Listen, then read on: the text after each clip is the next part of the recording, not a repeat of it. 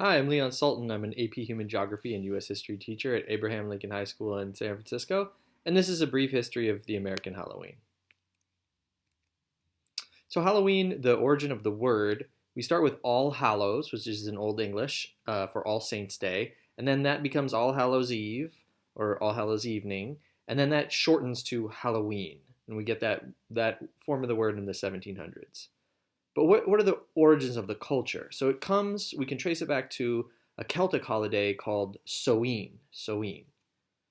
Now, Samhain is a pre-Christian Celtic holiday, and the Celtic people were celebrating the end of the harvest time and the beginning of winter. So that's when all of the crops are being gathered up and the world is getting a lot colder. So this is also the time when it's becoming dark. So as the world becomes darker, as the days get shorter, offerings and celebrations were made to spirits who were thought to be active at this time.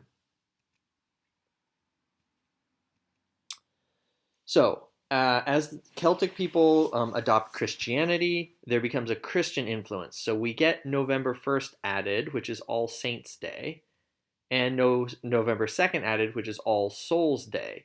But the Celtic influence is still felt.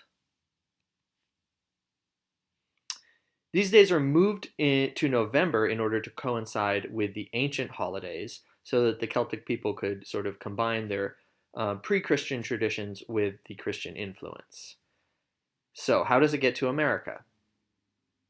It became popular in the US in the 19th century with the arrival of immigrants from Ireland and Scotland. And we all know that there was a large uh, immigration of Irish people, especially in the mid 19th century, coinciding with the Irish potato famine. Eventually, over the years, as Irish immigrants acculturate, it's assimilated into mainstream culture by the early 1900s.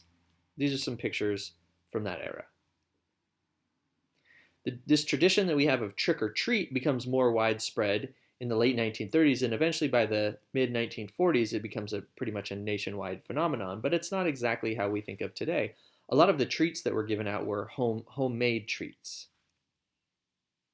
But in the 1950s, candies companies begin to make smaller versions and market them for trick or treating because they can see that this holiday can become very lucrative as more and more people are trick or treating and more children are being born in the United States. The belief that the souls of the dead return home on one night of the year seems to have ancient origins, and as a matter of fact, this same belief is found in many cultures throughout the world. And as you can see in this picture, this is an altar for Dia de los Muertos. So this is very, very similar, and it's also a pre-Christian tradition. So Dia de los Muertos is celebrated throughout Latin America. People build altars and welcome the souls of their deceased relatives.